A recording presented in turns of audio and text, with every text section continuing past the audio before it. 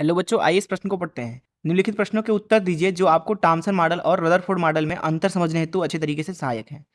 किस मॉडल में अल्फा कणों के पतली पन्नी से प्रकीर्णन के पश्चात औसत प्रकीर्णन के कोण के परिकलन हेतु बहुप्रकीर्णन की उपेक्षा करना पूर्णतया गलत है? आइए इस प्रश्न की मुख्य अवधारणा की चर्चा करें। सबसे पहले हम ये समझते हैं कि रदरफोर्ड मॉडल और टॉमसन मॉडल क्या है। तो इधर लिख लेते हैं टॉमसन मॉडल और इधर लिख लेते हैं रदरफोर्ड मॉडल। टॉमसन मॉडल को दरअसल तरबूज मॉडल भी बोला जाता है, तरबूज मॉडल। रदरफोर्ड मॉडल को दरअसल बोला जाता है सौरमंडल मॉडल। समझते हैं क्यों। पहले समझते हैं टॉमसन मॉडल था तरबूज मॉडल को। टॉमसन ने कहा था कि जो परमाणु होता है वो उसी तरीके से होता है जिस तरीके से तरबूज। तरबूज के अंदर जो जो लाल पदार्थ होता है वो दरअसल धनावेश जैसा है और जो बीज होते हैं वो दरअसल इलेक्ट्रॉन जैसे हैं। उन्होंने कहा कि परमाणु कुछ इस तरीके से होगा कि जो पूरा धन आवेश है वो पूरे आयतन में एक समान रूप से वितरित होगा और जो ऋण आवेश होते हैं अर्थात इलेक्ट्रॉन वो कुछ इस तरीके से होते हैं परमाणु के अंदर जिस तरीके से तरबूज के अंदर उसके बीज होते हैं। तो यहाँ पे जो ये हरा हरा बना दिया मैंने वो इलेक्ट्रॉन है और पूरे आयतन में बाकी जगह पे धन आवेश है। वही रदरफोर्ड ने जब अपने प्रयोग किए तो उनके प्रयोग से उन्होंने निष्कर्ष निकाला कि जो परमाणु होता है धन आवेश पूरे आयतन में नहीं होता बल्कि वो परमाणु के केंद्र में होता है कुछ इस तरीके से धनावेश। उन्होंने इस केंद्र में मौजूद आकृति को नाभिक नाम दिया और कहा कि जो इलेक्ट्रॉन होते हैं वो दरअसल नाभिक के चारों तरफ घूमते हैं। अब यहाँ पे अगर ध्यान से देखें तो जो ये इलेक्ट्रॉन है वो नाभिक के चारों तरफ घूम रहे हैं। ये उसी तरीके से है जिस तरीके से हमारे ग्रह सूर्य के चारों तरफ घूम रहे हैं, इसलिए इसे सौरमंडल मॉडल बोला जाता है।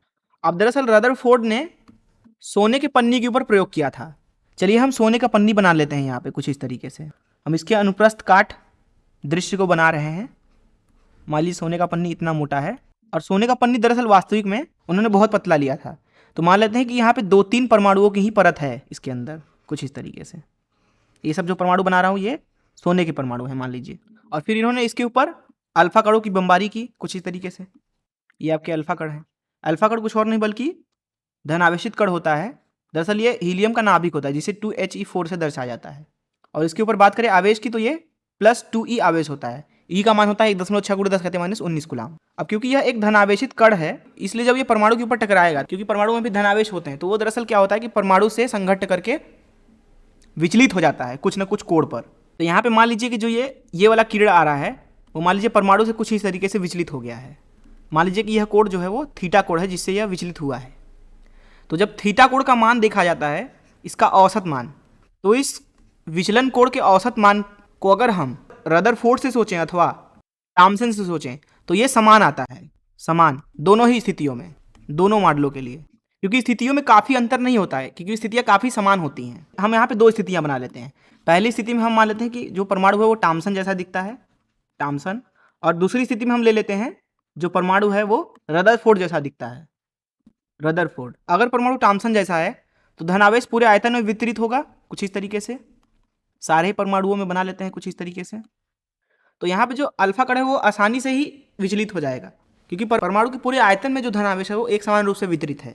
बात करें रदरफोर्ड की तो रदरफोर्ड के केंद्र में होता है नाभिक कुछ इस तरीके से जिसके ऊपर धनावेश होता है। केंद्र में धनावेश, केंद्र में धनावेश, केंद्र में धनावेश, केंद्र में धनावेश।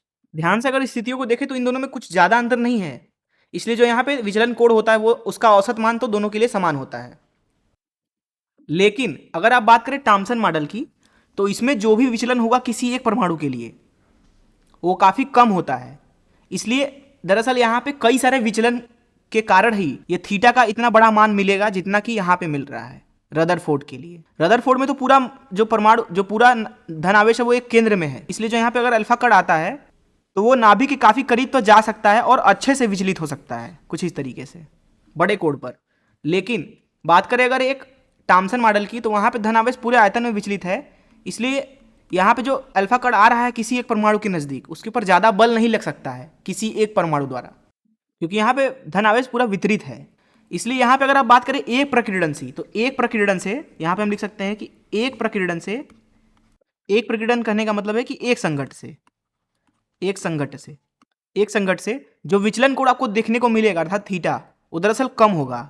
ये दरअसल बहुत ही कम होता है, बहुत कम, क्योंकि जो धनावेश है वो पूरा वितरित हो चुका है, अब फैल चुका है।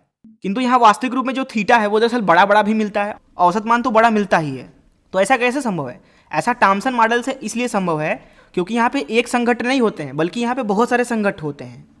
अर्थात यहाँ पे बहुप्रकीर्णन की प्रक्रिया से, बहुप्रकीर्णन मतलब बहुत सारे संघट होंगे, तो इसी की वजह से यहाँ पे जो ये इतना बड़ा थीटा मिला है वो वास्तविक रूप में मिलता है। तो अगर हम इसको टॉमसन मॉडल से समझाएं कि जो औसत मान है वो बहुत छोटा तो नहीं होता है, तो उसको इस तरीके से समझा सकते हैं कि एक टॉमसन के परमाणु से तो जो प्रकीर्णन होता है उसका कोण छोटा है, बहुत ही छोटा, लेकिन होता यह है कि टॉमसन मॉडल में बहुत सारे प्रकीर्णन होते हैं पदार्थ के अंदर। अगर हम ऐसा माने कि बहुत सारे प्रकीर्णन होते हैं अर्थात जो प्रक्रिया है वो बहुप्रकीर्णन की है, तब हम मान सकते हैं कि जो थीटा आएगा वो दरअसल उसका मान बहुत छोटा नहीं आएगा।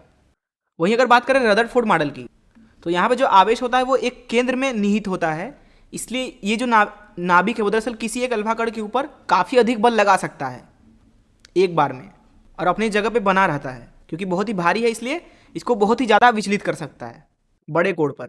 इसलिए यहाँ पे हम बहुप्रकीर्णन की प्रक्रिया को दरअसल नज़रअंदाज कर सकते हैं, लेकिन यहाँ पर नहीं। तो यहाँ इस प्रश्न को अगर इस मुख्य अवधारणा से हल करें तो पूछा जा रहा था कि किस मॉडल में अल्फा कणों के पतली पन्नी से प्रकीर्णन के पश्चात औसत प्रकीर्णन कोण को परिकलन हेतु बहुप्रकीर्णन की उपेक्षा करना उपरिता गलत है। तो इसका उत्तर हो जाएगा दरअसल टॉमसन मॉडल में बहुप्रकीर्णन की प्रक्रिया को आप नज़रअंदाज नहीं कर सकते हैं, क्योंकि अगर आपने किया तो जो कोण हमें वास्तविक रूप में मिलता है विचलन का औसत मान, उतना बड़ा कोण आपको कभी नहीं मिल सकता है, क्योंकि एक टॉमसन मॉडल से बहुत ही कम विचलन होता है। तो हमें मानना पड़ेगा कि बहुत सारे विचलन हो रहे हैं, तभी वो वास्तविक मान के करीब करीब आपको औसत विचलन कोण देगा। मैं आशा करता हूँ कि आपको इस प्रश्न का हल जरूर समझ आया होगा। धन्यवाद।